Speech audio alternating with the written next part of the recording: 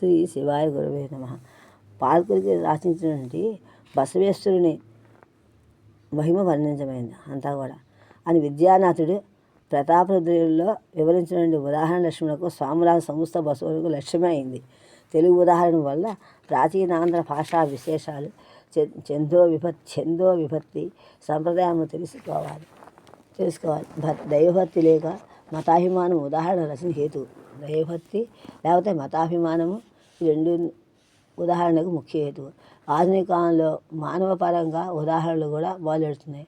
ఇందులో స్తోత్రరూపము రాజస్థుతి, దైవస్థుతి, మహాపురుష ప్రశంస పరంగా ఉంటుంది.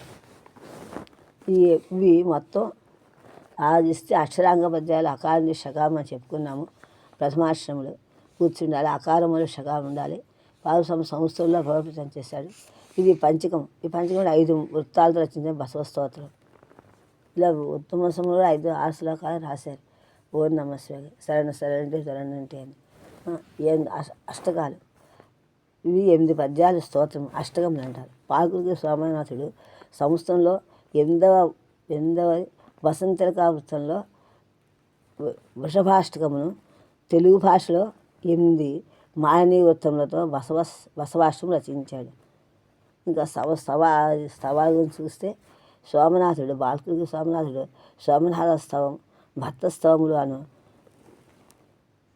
పఠనాగమైన సులభ శైలిలో పఠనానికి తగినట్టుగా పఠనానికి కోసం చదవడం కోసం సులభ శైలిలో లఘుద్విపత కృతులుగా ప్రారంభంలో అనుభవసారము తర్వాత రచించి ఉండొచ్చు.